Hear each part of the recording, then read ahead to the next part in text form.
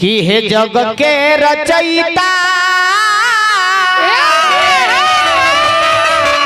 अरे जानी ले तोहर लीला कि फसावे के चाहे लबा की फंसी जाल भक्त कल की हे प्रभु भक्त के फसावे के रौरा चाहिए लेकिन भक्ति के मोह में लोभ में रौरे फंस जाइले।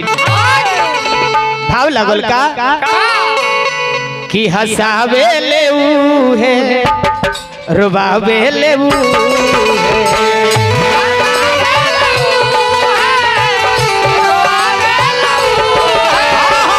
हंसावे ले रुबावे ले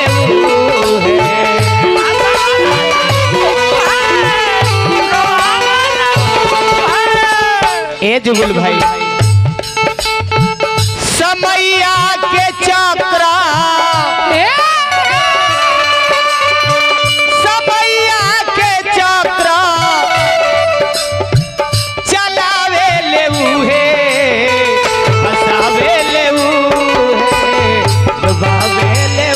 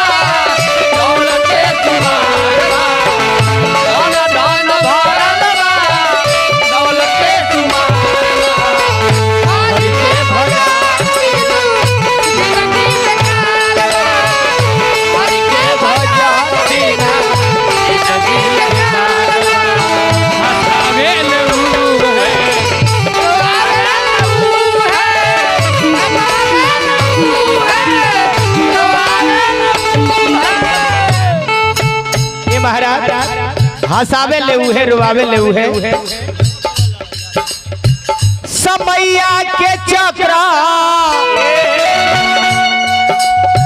समैया के चक्र चलावे ले है हंसावे ले है रुआवे ले है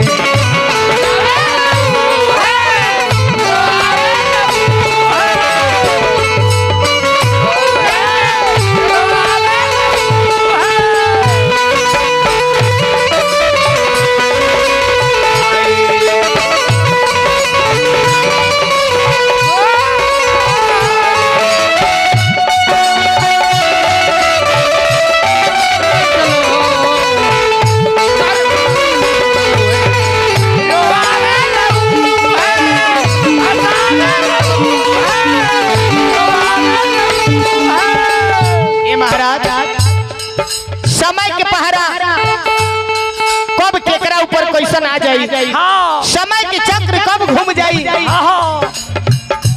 ई केहू नहीं जानते सरकार। हाजी हाजी दानी में दानी महादानी जेकरा के कहल गई हाजी समय जब उल्टा हो गए महाराज हाजी हाजी समय के चक्र बदल गए तो का भाई राजा हरिचंद्र भइले तुम घरे नल राजा खा गइले दर दर के ठोकर राजा हरिचंद्र भइले तुम घरे नल राजा खा गइले राजा हरिचंद्र भइले तुम घरे नल राजा खा गइले दर दर के ठोकर राजा हरिचंद्र भइले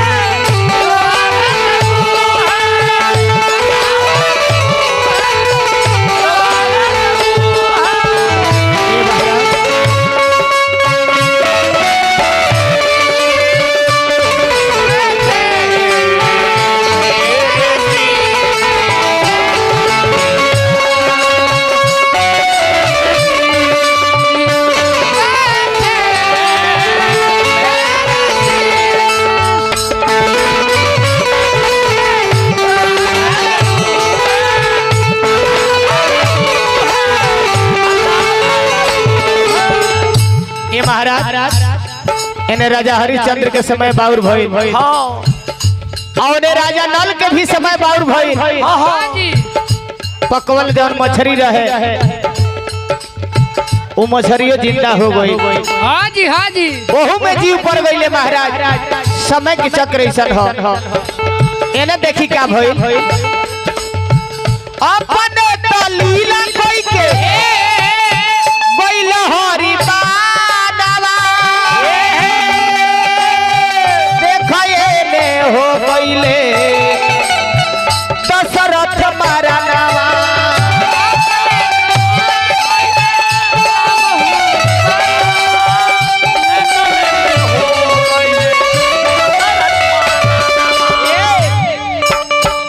के कई के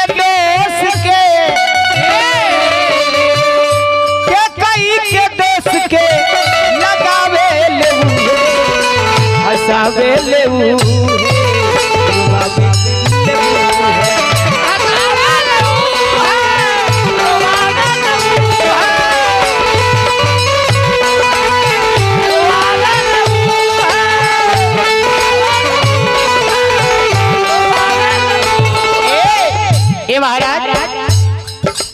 लास्ट पद लगता ये भजन के भजन तो बड़ा लंबा बा लेकिन समय के अभाव आए से लास्ट पद लागल बबन भाई।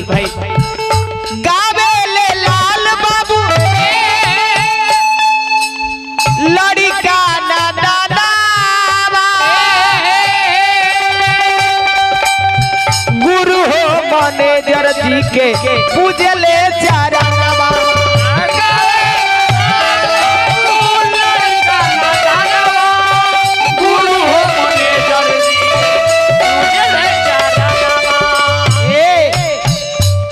गुरु हो मैनेजर जी के पूजे ले चरण। हाँ गावे ले लाल बाबू लड़का नदनवा हरि के चरण में लागल बा मनवा।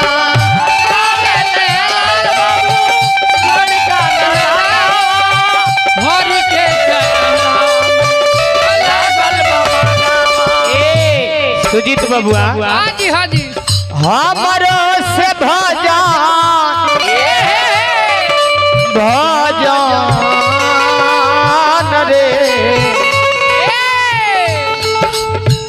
हमारो से भजन रे हमारो से भजन गवावे लेऊ चलो हसावे लेऊ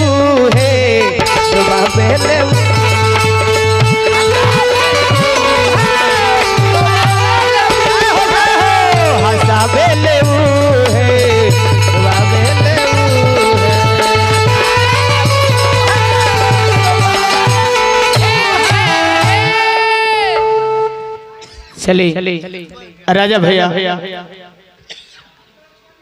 हमारे भाई लोग खाती